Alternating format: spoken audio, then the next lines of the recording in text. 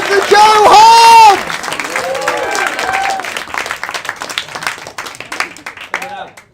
Cheers, Barry.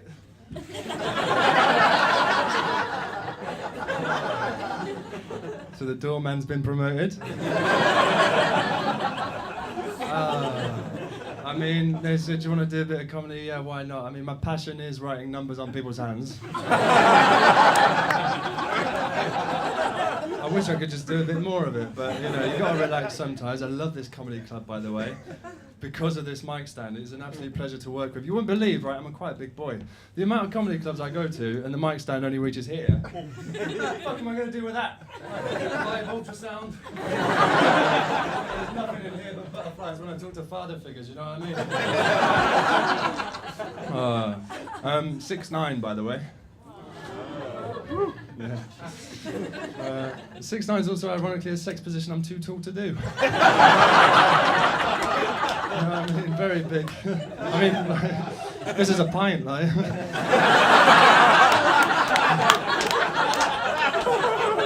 Very big. Wow. You like that joke, yeah? Glad it cost $3.80.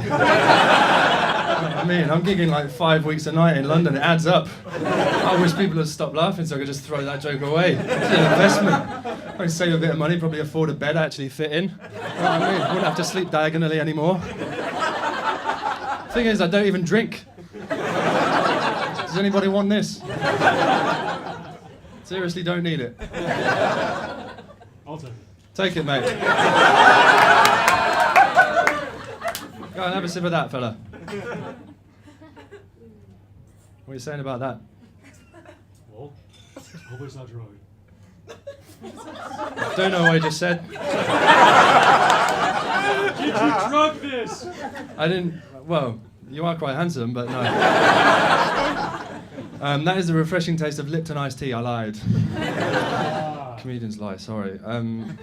I've realized, do you know what? I went to Edinburgh. I did a show this year, and the room they gave me was a low-ceiling pub. I had to do sit-down comedy for a month.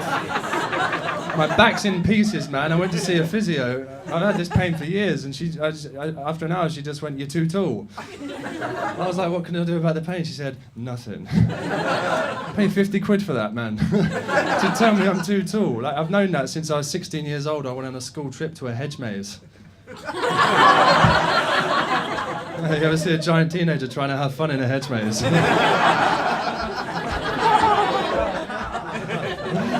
Oh, do you want me to sing you a song, fella? That Edinburgh show inspired me to write a short song about the daily life of a 6'9" man. It's called "People Think I'm a Pervert Because I'm Taller Than These Things." You want to count me in? Give me a 5, 6, 7, 8. 5, 6, 7, 8. Garden fences, public toilet doors, changing rooms in Topshop, primary school gates. So, it's a true story, mate. I spent half my life bent over just to keep myself pure, you know what I mean? I'm the only person I know who the more I bend over, the less of a pervert I am. What the fuck, man? Oh, so let me tell you a bit about myself. My favourite hobby is scaring Korean people.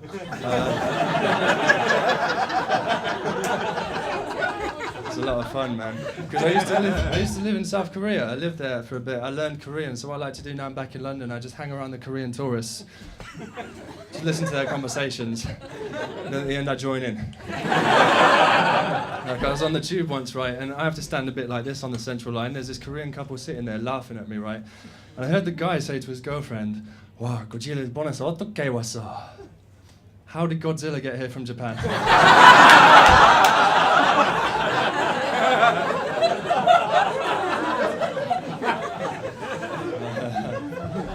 Let him laugh for like 5 seconds, and I just looked that guy in the eye and I went, "수영했어요." Swam it, mate.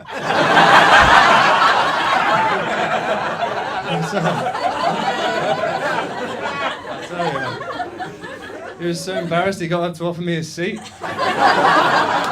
next to his own girlfriend. Like, "Nah, you sit yourself down, fella. I'm late for a rampage, ain't I?" cities to destroy. I just put my headphones in front of them and started singing along to my favourite Korean song. Never say, do you know it, mate?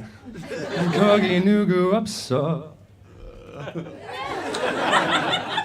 Fair enough, you're a good man. Honestly, my first time I ever did this bit, I held the mic out to a guy to see what had happened. He made it up.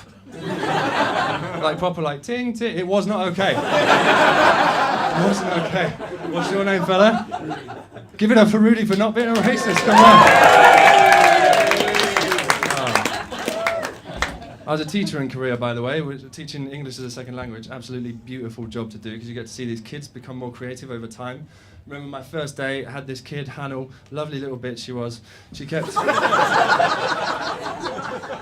On my first day, she just kept going, "Teacher, you ugly. You ugly." After like 2 months of teaching her, she was forming sentences like, "Teacher, your face is so simple. Look at you, eyes pain." I did that shit, come on. Oh, it's fun being a cheeky little kid, isn't it? I remember when I was a kid, maybe you'll remember this, there used to be an advert on TV all the time that used to go, "Have you had an accident in the last 10 years? Remember that? Every time that came on in my house, my mum used to just look at me and go, "Yes." We love him now, but there he is, you know what I mean? Oh. Can I tell you a little something that happened to me recently? I had a date with a girl a little while ago, right? And we didn't speak. She didn't reply to my messages for a week after this date. So I Googled her, just for research, you know. And I found she's a journalist for this dating blog where they review men. Basically, I've got my review right here. Like any normal man, I've just printed it off that website, made a nice little hardback book out of it. And I've only changed one thing about it. On the website, that is a picture of her face. But just to protect her privacy while I do this, I've just photoshopped a little cartoon arsehole over there. Yeah. Let me read you a few quotes from this review. It's a great read. He boasted he was a comedian within 5 minutes. I asked him to tell me his best joke. Without saying a word, he ran to the bar and returned with a half pint.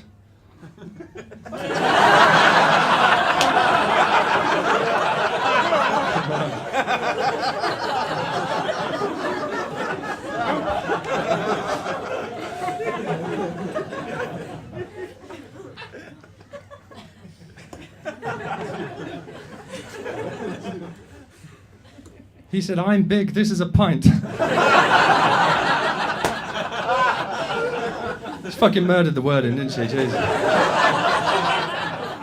No, I thought she really liked me as well, because if you know about body language, if someone touches their face like that while you talk to them, it's supposed to mean they're into you, and she was touching her face for this whole date. I could tell he was nervous. He was talking so fast he kept spitting on my face. Come on, Rudy! You know how many first dates I've been on and see a girl touch her face and think, "Joe, you're nailing this." Probably just mopping the spit off. Wish I had more time. If anyone wants to read this, I'll give you the link at the end. It's a lovely 4-page evening read, but I'm going to have to skip to the end a bit. She gave me a rating out of 10. Any guesses? 2. Came off your lips a bit fucking quick, didn't it, mate? You just been sitting there thinking he's a 2. Just wish I had an opportunity to say it.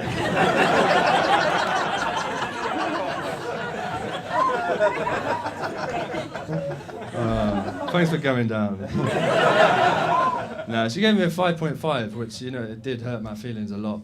But I did my research right, checked IMDb. She's basically saying if I was a movie, I'd be as good as Babe Pig in the City. How about that? It's a fucking good movie, isn't it? You'd watch it if there's nothing else on, wouldn't you, really? I think she's basically saying she'd sleep with me if there's no one else around. Which she did. Look, and I've got the text message saved in my WhatsApp that I sent her the next day that she ignored. This is what I thought of that night. Thanks. I shouldn't have sprayed myself with your perfume. It's making it impossible for me to stop thinking about you. Feeling your body move with mine as we came last night was incredible. I expressed my whole mind and body intertwined with pure and filtered honesty. It was spectacular. If you've never slept with an actual giant, I don't recommend it. Believe that shit.